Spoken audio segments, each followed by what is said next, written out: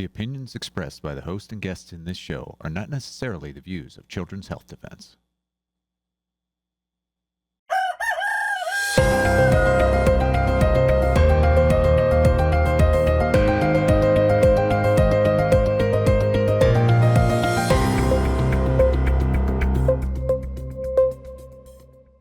Good morning, CHD. Welcome to Pediatric Perspectives, where we are looking at children's health challenges from a different perspective.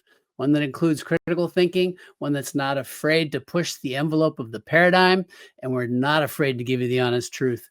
I am delighted to have back on our show Dr. Ronald Whitmont. Thank you for joining us again. It is just so exciting to have you back. My pleasure. Thanks for having me, Paul. I purposely put off our discussion about the microbiome because I heard about a talk you gave and it was apparently like knock your socks off. So, all right, we're going to dedicate an episode to this. Maybe you can just jump off with why is the microbiome so important? And I know its importance starts at least at birth, if not before. So just to be clear, I'm not the one who says the microbiome is so important. This is coming down from really the top research laboratories in this country and around the world. And in 2008, something called the Human Microbiome Project was launched. And that meant that the National Institutes of Health started funding research in the microbiome across our entire country. And then in Europe, a similar project took place. I forget the name of it, but they also launched research into the microbiome. They had all these machines left over from the Human Genome Project, and they didn't know what to do with them. Or at least I think that's how it started. But they initially thought that the microbiome was just in your mouth and your nose and your gut and your skin and a couple other places. They didn't realize at the time that the microbiome is in every single organ in the body, and that it's not just there at birth, but it's there at conception. Mm-hmm. And that the male and female reproductive tracts have microbiomes that contribute to fertility. So that if your microbiome, even as a parent, has been damaged or harmed, you are less fertile. Okay, so we never escape the microbiome. It's omnipresent. And in animals that have supposedly been raised in germ-free conditions, which is pretty hard to do, they have smaller organs that develop. They don't do well. They don't do well. Their immune systems are essentially non-functional. And if they're ever exposed to something, they die. And the NASA researchers also started studying the microbiome because they realized that when you send somebody into orbit or to Mars or some other place, you have to continually replenish their microbiomes, or when they get back or they get exposed to somebody else, they get sick. They get really sick. So this is kind of cutting across all fields.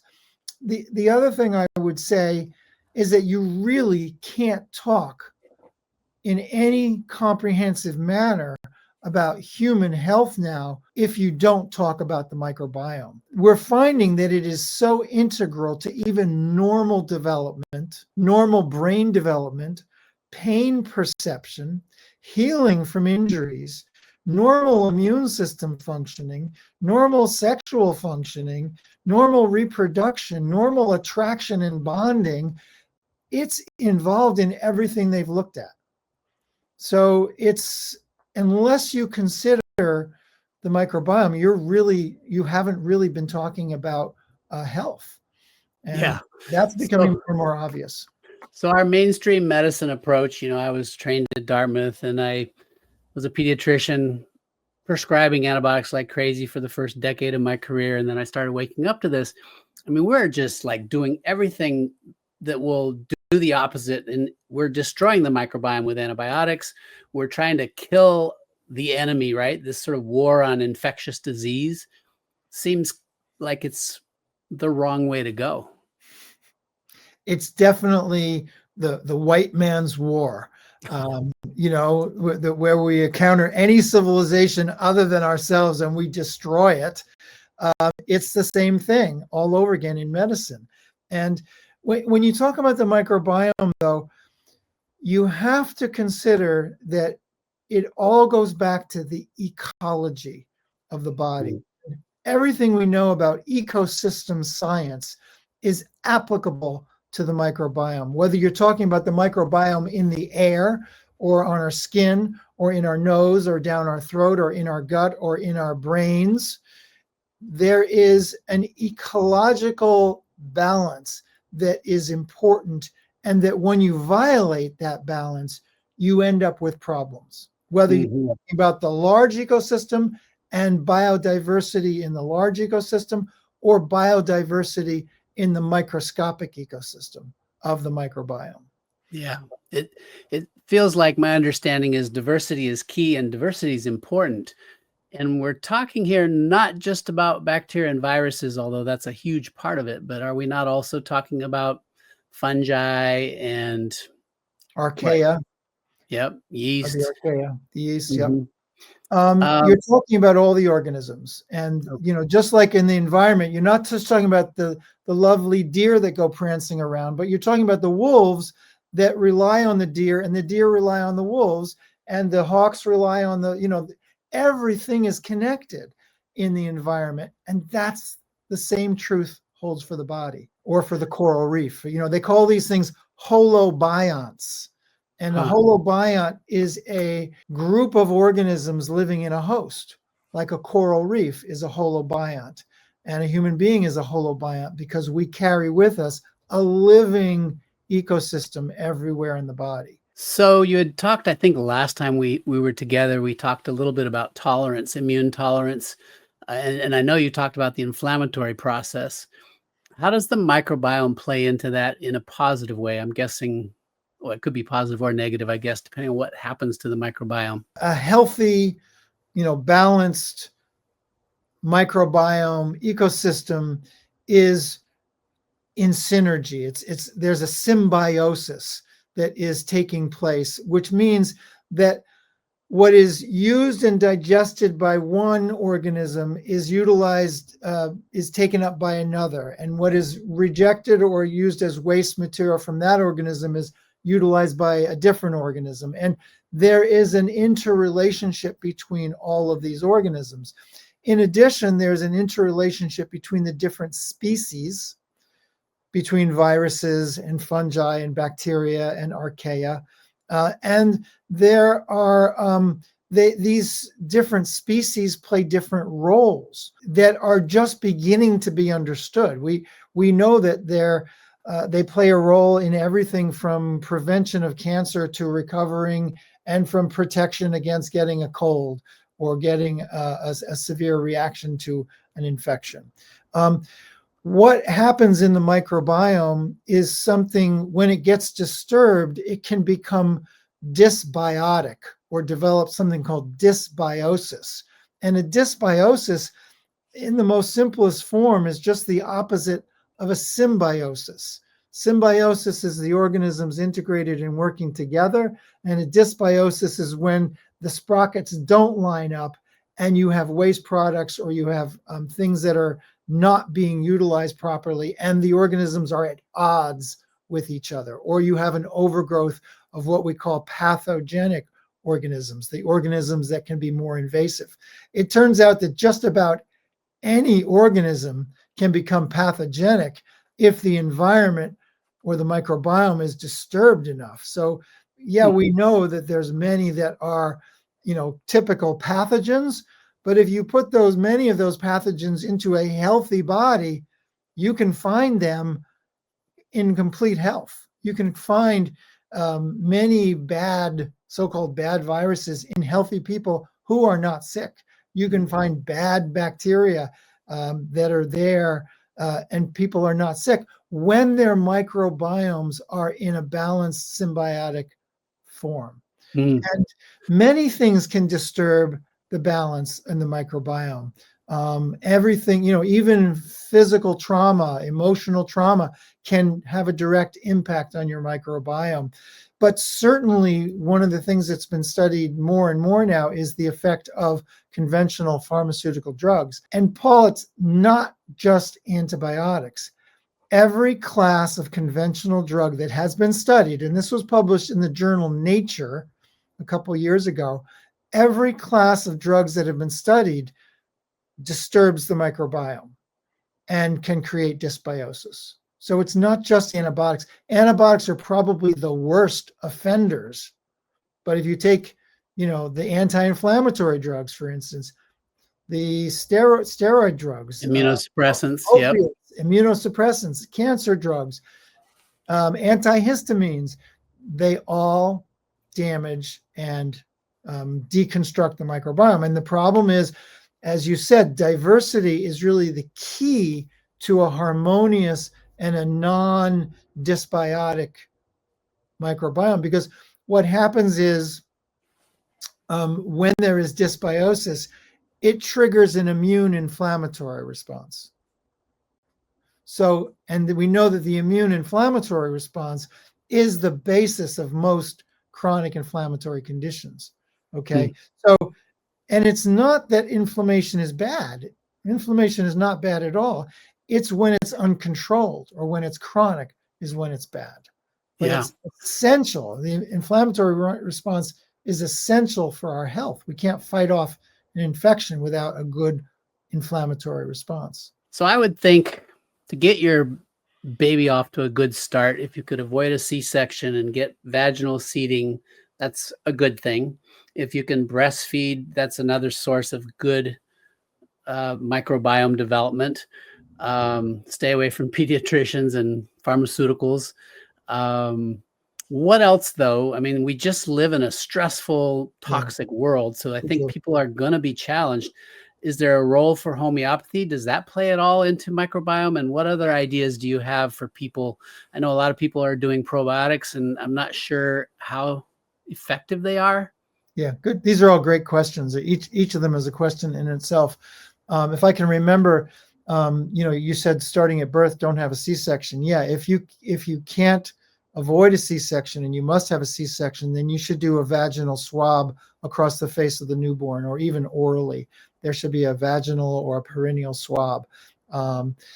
There should be, you need to go back to conception and gestation, because a maternal exposure to antibiotics and other drugs during her pregnancy has been shown to directly impact the microbiome of the fetus and the newborn. There's a placental microbiome, and there's an amniotic microbiome. These are real things that have been studied already. So yeah, we're really talking about from the outset, as much as you can, you want to be preserving the integrity of your body and your microbiome. That reminds me, I forgot to mention, you don't want to wash that baby with soap and water the moment they come out of the womb. No, you want to leave the vernix, which is the coating on the baby, in place, because it has a very important role in terms of its integrity of the skin and inoculation of the microbiome. There's definitely a role for probiotics, and probiotics there have been good studies looking at probiotics in terms of treating various conditions, preventing various conditions, and we're beginning to get some good science on that. The problem is there's such a diversity. There's estimates that there's 10,000 different species of bacteria alone in the microbiome, and we're not even talking about viral components, fungal components, archaea components. There's just that many different species of bacteria in your bodies. Which one of them are the ones that you need to replace the ones that are missing? So we're missing the science on that. We don't know. And that's being developed. The second part about that is there are probably limitations. There are limitations on microbiome, on using probiotics to help protect and restore the microbiome. It used to be the answer, well, you should take the probiotics when you take the antibiotic, or you should take it after the antibiotics. But that's been shown to be ineffective. You do not replace what you lose by taking a probiotic, at least not with the probiotics that are available today. that damage can be irreversible and permanent. So you need to really consider when an antibiotic is used, is it absolutely essential? Is it a life or death situation? If it's an infection where in Europe, they don't even use antibiotics to treat ear infections, for example, those are not essential antibiotics. Right. So in other words, as you mentioned in our last talk, as a pediatrician, you have antibiotics that are in your toolbox, but they're overused and they shouldn't be used as much. Homeopathy is very effective. There have been actually some studies on the effects of homeopathy on the microbiome. We know that it supports the diversity of the microbiome from animal and human studies. And we know that it also supports organelle function, like mitochondrial function. And our mitochondria, which are the energy sources in our cells, are bacterial in origin. Let me say that again. Our organelles that are mitochondria that generate our energy come from bacterial infections eons ago. And it's no surprise, or it shouldn't be a surprise, that the same antibiotics that kill bacteria kill your mitochondria. And we're seeing now a whole spate of conditions that are relating to the antibiotic use, like chronic fatigue syndrome and fibromyalgia and, chronic, all these chronic conditions that are related to loss of mitochondria. And we believe it's related to the overuse of these drugs. So homeopathy, yes, it's effective. And one of the nice things about homeopathy is it's completely compatible with the microbiome. Everything that we've learned about the microbiome is talked about in a different language when it comes to homeopathy. So even the principle, it's principles of similars, you can find examples of that in microbiome science. Even the principles of, that so many of these healing things they're like mirror images of each other in the world, except homeopathy was discovered by clinical experience, and the microbiome was discovered using the most sophisticated tools of genetic sequencing technology. But now they've arrived at the same conclusion, which is you don't mess with the microbiome. You got to preserve its integrity. And I want to mention one more thing. I'm sorry. And that is a fecal transplant. When all else fails and the probiotics aren't working or the microbiome is so damaged, fecal transplants are being looked at as quite viable solutions to many chronic inflammatory conditions, because it's sort of like starting afresh again. And there are definitely guidelines to follow and things to do and not to do. But I mention it as there is another way to address this as well. Yeah. I'm glad you brought it up. I was going to ask you about fecal transplants. I know of examples. I know the families, kids with severe autism, able to get a fecal transplant and have it be transformative in their everything, language, neurodevelopment. Yes. Now in the US, I think fecal transplants are only approved for chronic C. diff. That's right. But there are people who are being creative, and it's absolutely something one should consider. Fecal transplants have been used since World War I. And it was like the soldiers, I think it was in African continents, were eating camel dung when they had severe dysentery, and it was curative. You just triggered a memory. So I grew up in an African village as a child in Zimbabwe when it was Rhodesia, and the rural huts, the floor where we would have had cement was actually cattle dung, and they would make a slurry of it and then just repeatedly apply this to the floor of even the kitchen hut. Yeah. And talk about symbiosis, living in harmony with the organisms. Yes. As we're speaking here, I'm having this aha moment. It's like, well, darn, most of us have already trashed our biomes. Other than a fecal transplant, which is very difficult to do and get, what can people do? Well, great question again, and I don't know all the answers to that question. But what I can say is that moving forward, it's so important to maintain what you have and not to lose even more of your microbiome, not to cause further damage and devastation, because that will worsen the situation. That's one. And two, diet is such an important thing. You are what you eat, and you should be eating living foods and avoiding as much as possible the processed and ultra processed foods. You should be considering treatments when you are ill, or if you have a chronic inflammatory condition, using treatments that are supportive of the recovery process, not just anti-inflammatory, anti-symptomatic, anti, because those are not treatments that lead to effective resolution. There's a lot of work that needs to be done to determine what can you reverse with things like a fecal transplant. And we know from homeopathy and case studies and reports that have been published over the past 2 centuries that most chronic conditions are treatable, if not preventable. Many of them are treatable. Again, it can be a complex process, and I would not say it's an easy thing to do. And it's not simple by any means, particularly when there's been a lot of damage that has been done. But I wouldn't be pessimistic.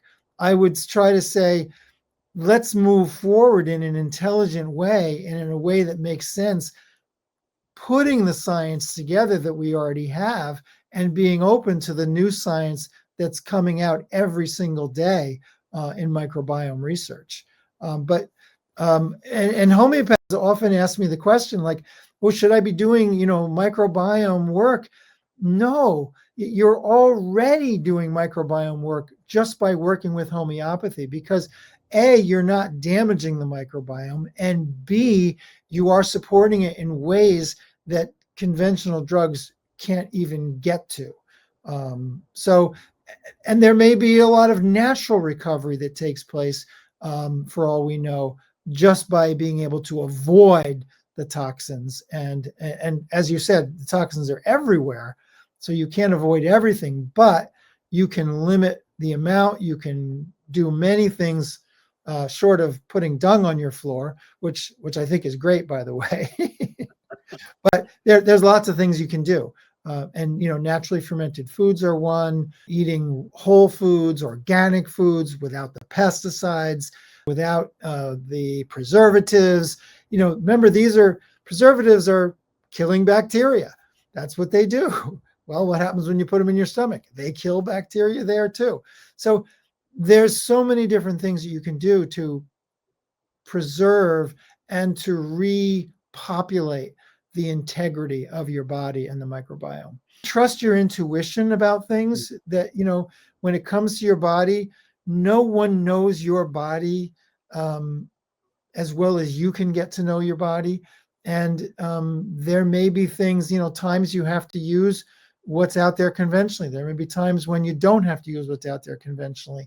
There may be times when it's a mechanical approach or a physical approach. There's so many different paths that you can use to scale the mountain, so to speak, and homeopathy is one of them. I happen to believe it's a very important method.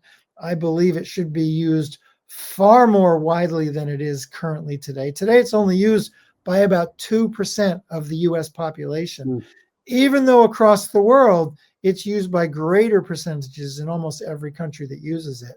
And it's got tremendous recognition in places like India and South America, and even in Europe, it's used much more than it is here.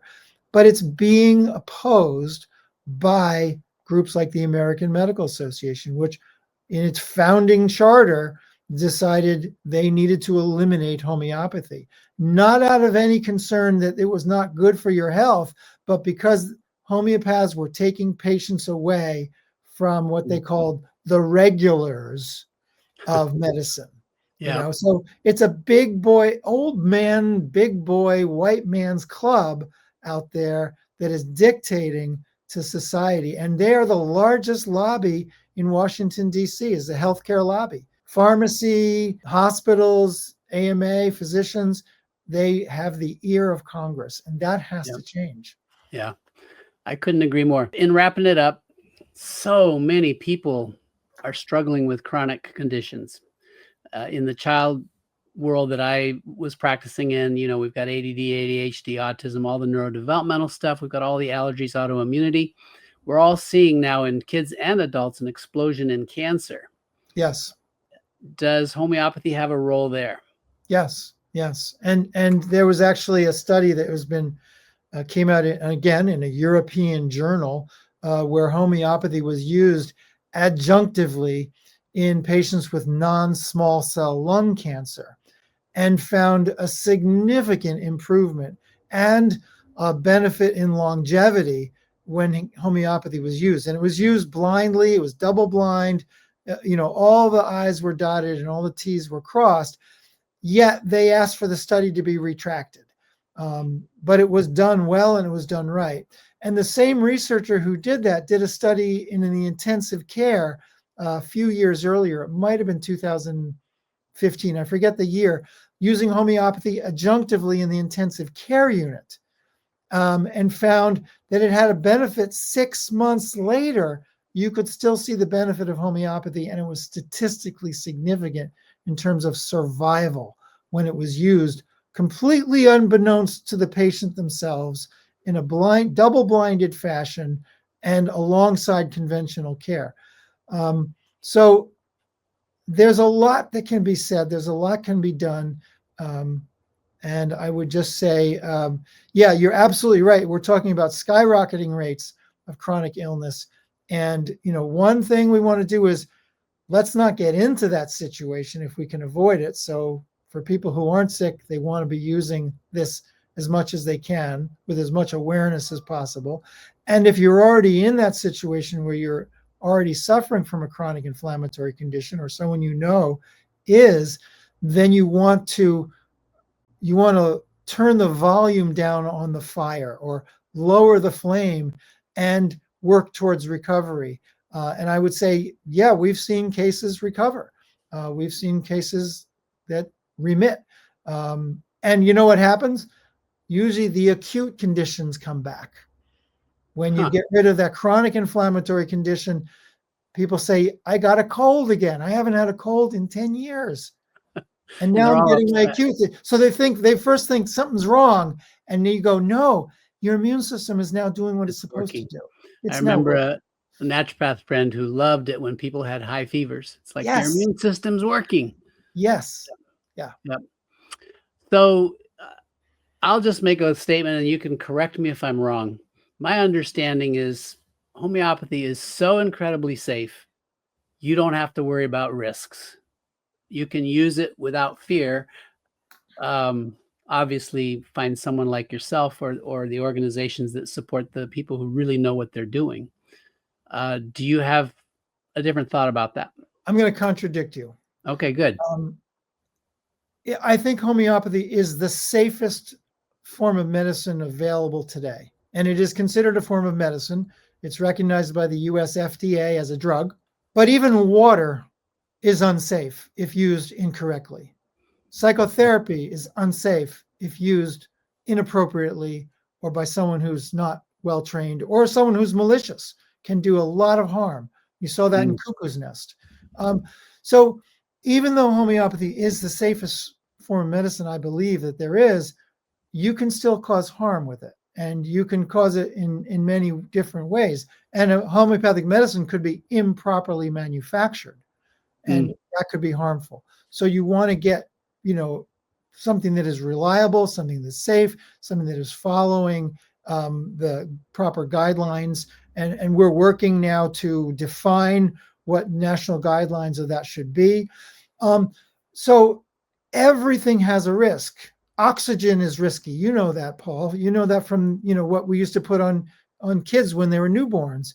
We put pure oxygen on them. And what did Yep. it cause? Blindness. Yep. Yeah, Eye eye problem.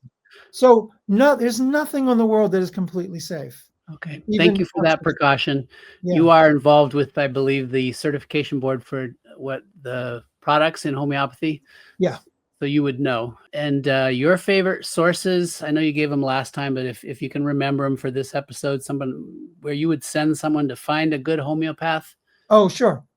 So there's the American Institute of Homeopathy. And if you just Google that, you'll come up with their website. There's the National Center for Homeopathy. And both of these groups have referral pages or find a provider page. There is the Homeopathic Academy of Naturopathic Physicians. There is the North American Society of Homeopaths. There's a Homeopathic Nurses Association that provides referrals. There's different groups that will do it. And there's physician's assistants, some of them too. Thank you, Ron. Thank you so much for Thank being you very on our much. It was show. my pleasure. You are a wealth of information and a shining light for what doctors can do and probably should do. Well, thank you for what you've done, Paul, too, because I've really appreciated reading your book on the alternate vaccine schedule, and for everything you've done and for sticking your neck out in a way that was absolute bravery to do. So thank you. You're welcome, and thank you. Thanks, everyone, for watching. I really appreciate you being on the show every week. You can find me at kidsfirstforever.com. And if you want any information about vaccines, get my latest book, Vax Facts. It is an eye-opener. I can say, and I'm going to say it, for every single vaccine on the childhood schedule, you are more likely to lose your child, that is childhood death, often it's SIDS, from the vaccine than you are from the diseases that you were worried about. And that even holds true for pertussis. It's a big scare out there right now. We're going through a little bit of an outbreak. Just make sure you're balancing both sides of the equation in all decisions you make. And from this last episode, focus on diet and love your kids. See you next week.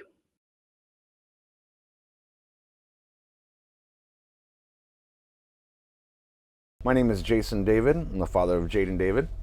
All right, tell us the history of this, because these people may not know. My son, Jaden, is a beautiful little angel, born August 17, 2006. Was doing fine when he was first born. 4 months old, had one vaccine, I think it was MMR. Started having his little twitches and eye flutters. Went to the doctors, and as a father, I had a gut feeling, which I should have listened to, which I messed up because I got tricked. Fear tactics, as I've learned over the years. Fear tactics, first time parent, give your kid another shot. They want to give him a DTaP or TDAP. I think it was TDAP or DTaP.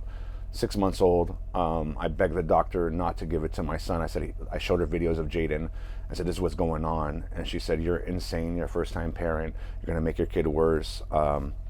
Gave my son a shot inside the office, went to a grand mal seizure for an hour to about an hour and a half.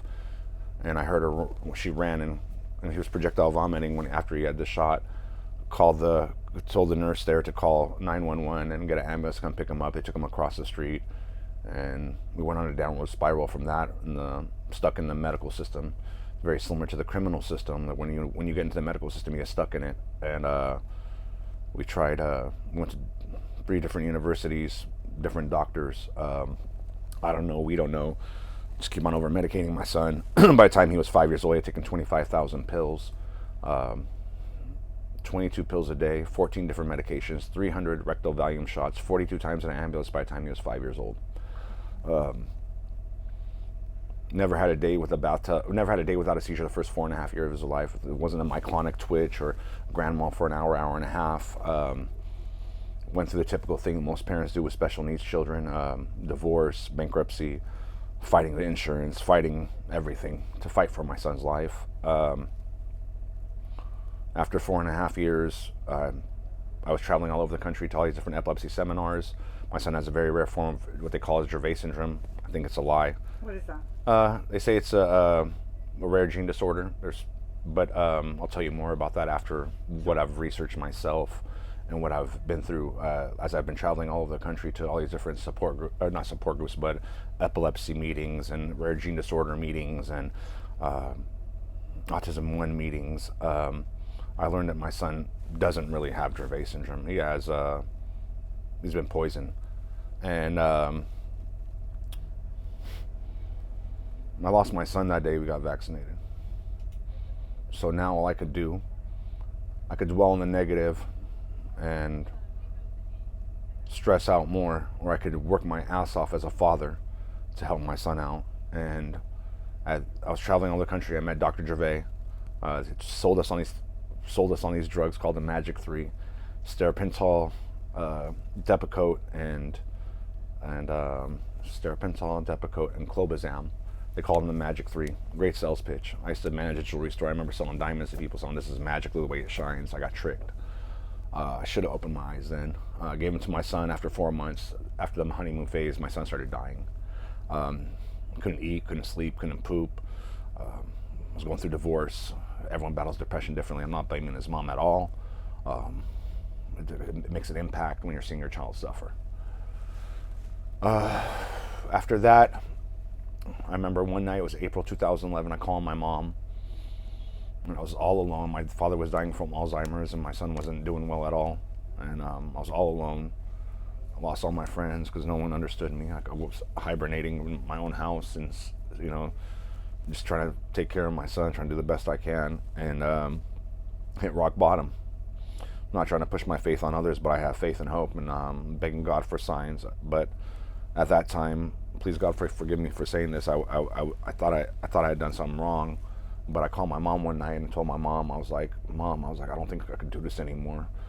I'm gonna put Jaden in his high chair, and don't see you on the side of the house. But I put a bullet in the chamber. I was done. I was alone. I was so worn out. And my mom begged me, so you're the backbone of this family. Please give God one more chance. I'm at church every Sunday and Wednesday, Mom. I was like, no one helps me. No one loves me. You can't help me with Jaden because of my dad. I'm broke. I was broken. So give God one more chance. I had a friend take me to a different church than I usually go to. They put us in, and my mom said, if you can't take care of Jaden, we'll help you put him in a home or something. I didn't want to do that, but I was at that point where I was so broken I couldn't do anymore. So I went to that church, and everyone came around me, and the pastor there prayed with me, but I felt something different this time. He was begging God for a sign. He said, don't show Jason a sign in a month, don't show Jason a sign in a week, show Jason a sign today, tomorrow, yelling at the top. I felt something that day. And 2 days later, I managed a jewelry store in the mall here locally. And 2 days later, I went to work. I was off on Sundays and Mondays. And behind my back, my employees had written a letter to the president of the company, asking the president of the company. I was working for that company for 11 years, and I was a good manager. I treated everyone really well, and we were very successful at that store because I treat my customers as friends. I'll always go above and beyond.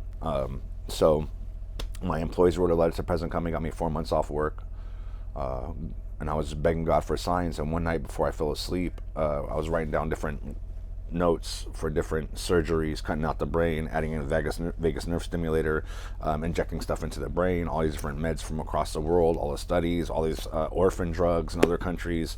And on the 17th one, my son's birthday is August 17th, so on the 17th one, I thought it was a sign.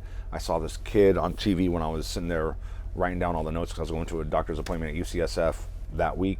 I came across this kid smoked a joint for Tourette's, and Tourette's is a neurological disorder. Smoked a joint. I smoked a joint for Tourette's, and he got in trouble at school, so I was a local kid, so I Googled it, and I put in medical marijuana for epilepsy, and I came across the federal government, the FDA, and the NIH hold a patent on it, patent 6630507. I started researching it, and it was just amazing. 20 pages of what it does for your body. It's unbelievable. God doesn't make mistakes, mankind does.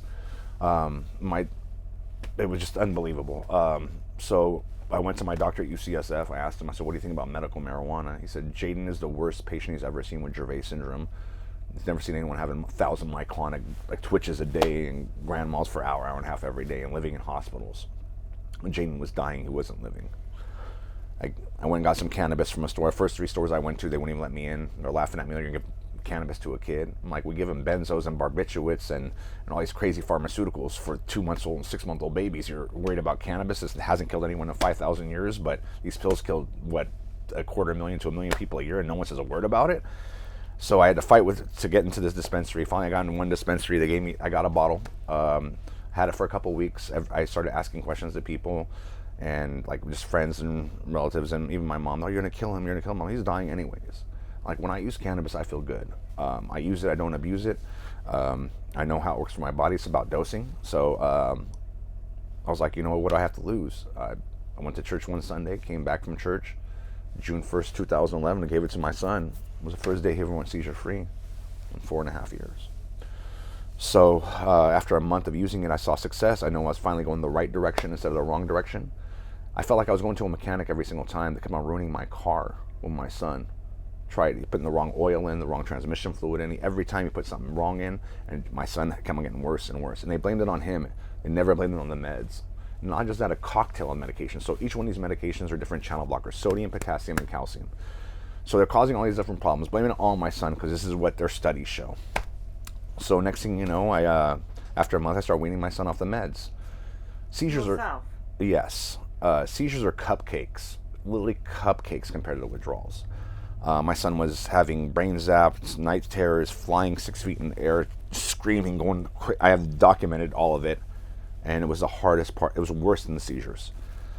But there's a light at the end of the tunnel, and that's the hardest part. It's the meds causing the seizures. The side effects from the meds were the seizures.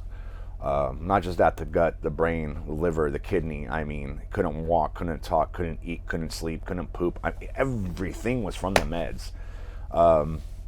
So I started weaning him off the meds. First thing I took him off was steripental. He stopped self-injuring. It took me about a month and a half because he was on that for only 4 months. So it took me about a month and a half to get him off that. He stopped self-injuring, stopped having as much gut issues, and he was much more happier. And his seizures were down still 60-70%, which we've never had.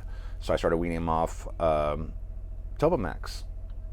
Jaden didn't chew till he was 5.5 years old. After I took him off Topamax, he started chewing. I was giving him Gerber food and puree food I'd make myself. And then after I took him off Topamax, it was a struggle with that. Then came Depakote. Depakote, Jaden was on 625 milligrams. I was taking him off the 125 milligram sprinkles, one at a time every 2 to 4 weeks. And I was giving him, and I wasn't going at my pace or his pace. I wasn't going at my pace or what the doctor was telling me. I was going at his pace. So I was going slower what they told me.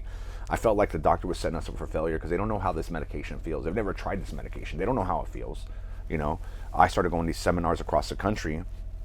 Instead of asking the doctors, I started asking the patients. How does Depakote make you feel? How does Topamax make you feel? How does this make you feel? What do you think is triggering your seizures? And when I started learning from them, these people are living it. It's like I grew up in a bad neighborhood, and when I look at that, and it's like the drug dealer always tells you the drugs are good. The drug user is telling you, hey, it's ruined my life. And it's the same thing that was happening, except these people get paid a lot of money, and they're in suits, and we believe them because this is what it does. It's the American way, is they don't heal you, they treat you. And for Jaden, I took him off Depakote, and Jaden started walking. It took me 8 months to take him off Depakote. So how old is he now? Jaden is 17. No, I mean, right now. At that time, yeah. He was 6 to 7, in between 6 and 7 years old, 8 years old. In between there, it took me time to wean him off stuff. I went very, very slow. And during that time, it wasn't just CBD. I was giving him a lot more THC to get through the withdrawals. So what I did was I did a lot of homework. I don't dig at the surface. I dig really deep. So I started contacting people that I knew doctors that were helping people withdraw. So I contacted these doctors that were doing opiate withdrawals. They were anesthesiologists. They were doing opiate withdrawals on Israeli soldiers. And they were telling me that the best thing you can do for Jaden is give him more THC. I asked them, can you help me do IV withdrawal for him to get him off this stuff? They said, we'll kill Jaden. You have to do it yourself, and you have to do it slow. So they taught me what to do to go slow. So whatever the doctor would tell me, I'd do quarter the dose. I would take off quarter of the dose instead of what he was telling me. So instead of taking off 100 milligrams, I was taking off 25 milligrams. Instead of taking off every once a week, I was waiting 2 weeks, 4 weeks, 6 weeks. Depends, I'd have to read him. I had to analyze him. The best MD for your child is mom and dad. I'm not a medical doctor. I live with him. I'm with him 24/7. I love him. He's not a dollar sign to me.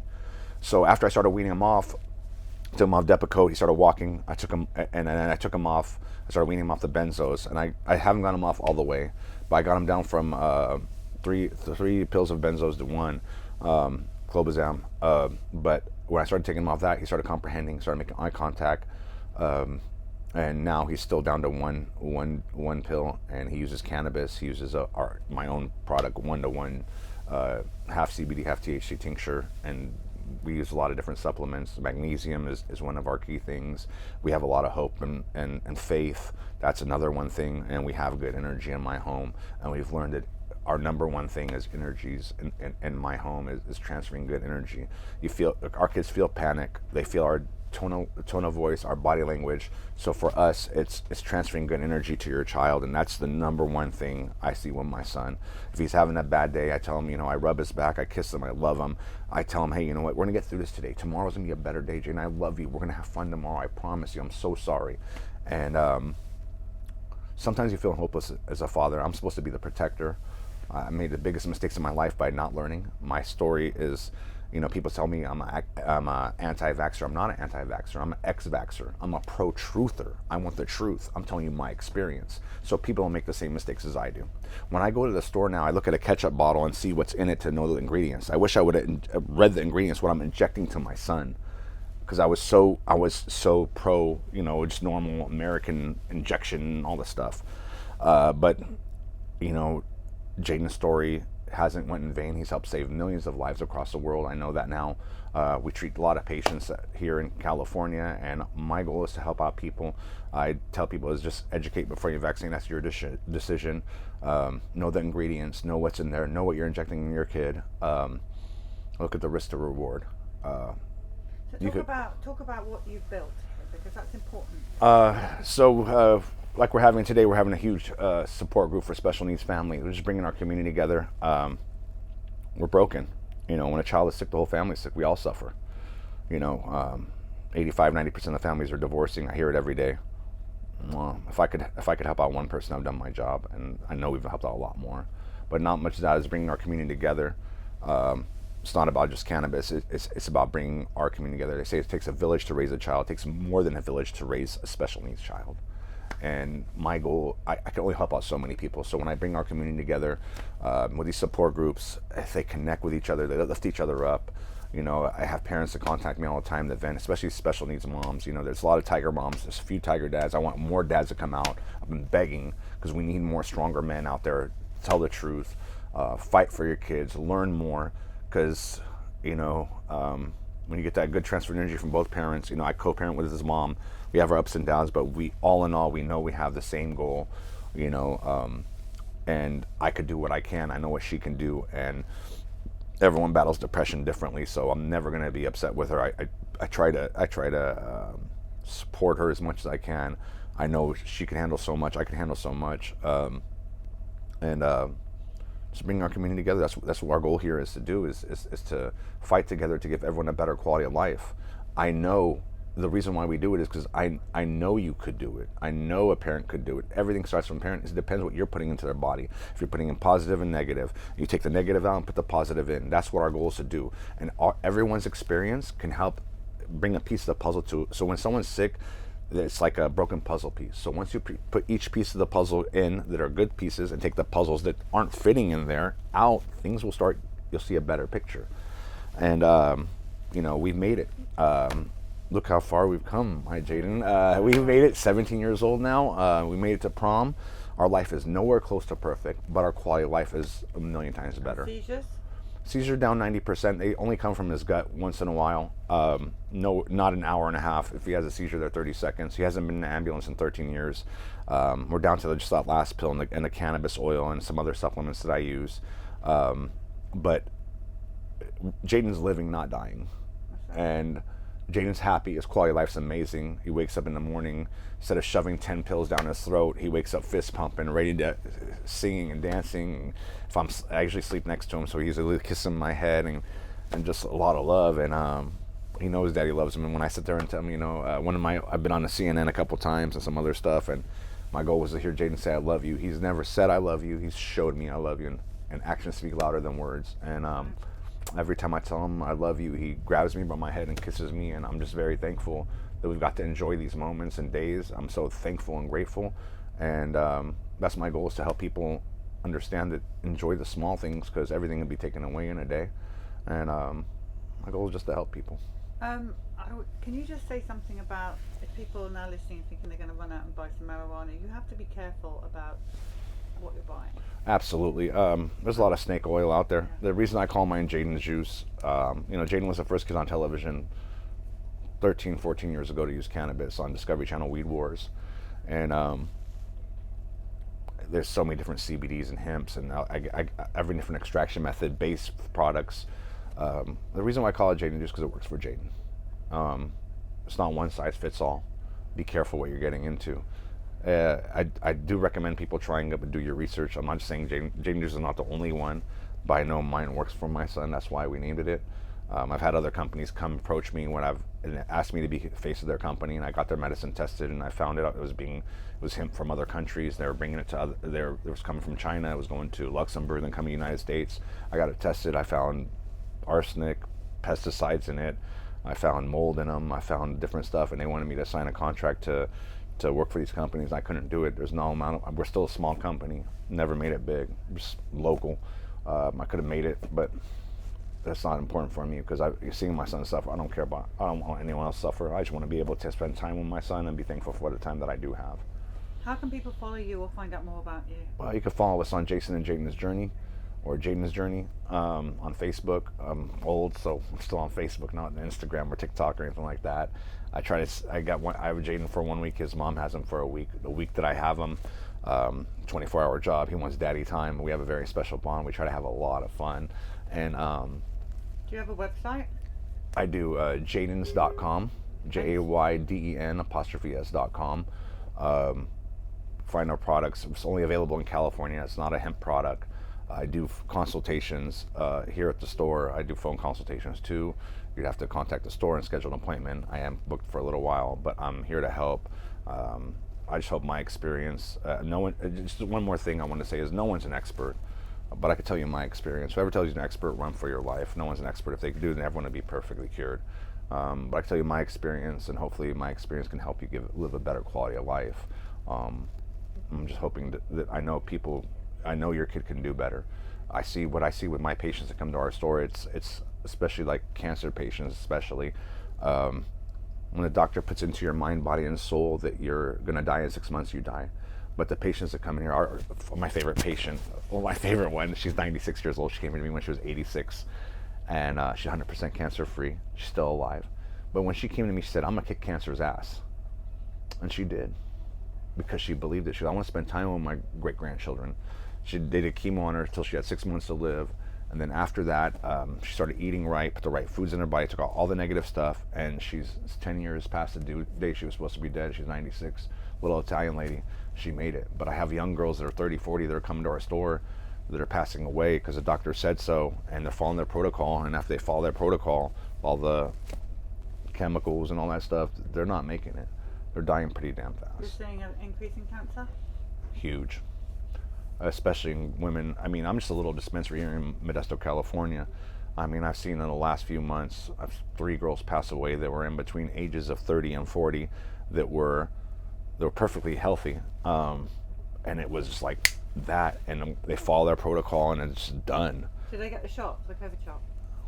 Yes. Yes, Did you they get did. the COVID shot? Hell no. Do you have any blood clots or heart conditions? No. Did you get COVID? Once. How do you treat it? I used elderberry syrup, ivermectin. I used a lot of different herbs. I'm Middle Eastern, so my ancestors used like herbs and spices. You know, the funny thing is, being Middle Eastern, a lot of them, when they come to America, we get brainwashed in this American thing, you know what I'm saying? But I've been trying to open their eyes. And when I came out public, you know, my bishop from my church came out too. He's like, "Hey, you know, you're coming out about cannabis, and you know, people are going to talk bad about you because I'm pretty big in the community. They see us and stuff." And I said, "You know what?" I said, "It says in the Bible, use my plants, use my seeds." Genesis 1:29. It doesn't say use my oxy, my Vicodin, my vaccines, and all this garbage. We've been here for thousands of years. We're being tricked. Customer cures a customer loss. Why not make more customers? I mean, these people they don't look at each quarter and say, hey, you know what, we saved 1 million lives. They look at each quarter and say, hey, you know what, we didn't make 10 billion, we should make 20 billion. What's going on? That's what they're doing. And this needs to change. You know, we have third world countries that are surviving way better than us and living healthier. You know, so I kind of remind people, you know, especially older people, when my doctor has me on 20, 30, 40, 50, 60 pills a day. I'm like, remember back in your country when your great grandma or grandma would say, hey, find this herb or spice in these mountains or whatever, and that's I'm from the Middle East. So that's, and I remind them, and they start kind of like, you have to like shake them, like, I'm not getting, you're going to this mechanic, he's running a car. When are you going to start finding the right tools and fixing your car? Because they're not fixing you. When you're ready to start healing instead of treating, and I know it's the easy way out because everyone wants to eat like crap. Everyone wants to put the wrong stuff in their body. Drinks, all these different colored drinks and all these different protein, energy drinks and all. I mean, I see it every day. You have to take the negative out and put the positive in. And it's a sacrifice. You want to live or you want to die. You got to make that choice. I can just give you my experience of my secret of everything that I tell my patients is when you stray away from Mother Nature, you screw shit up. That's right. Listen, thank you for telling your story. Thank It's you. really, really inspiring, and I'm sure many of our viewers will go and check out what you're doing. Thank you. Thank you.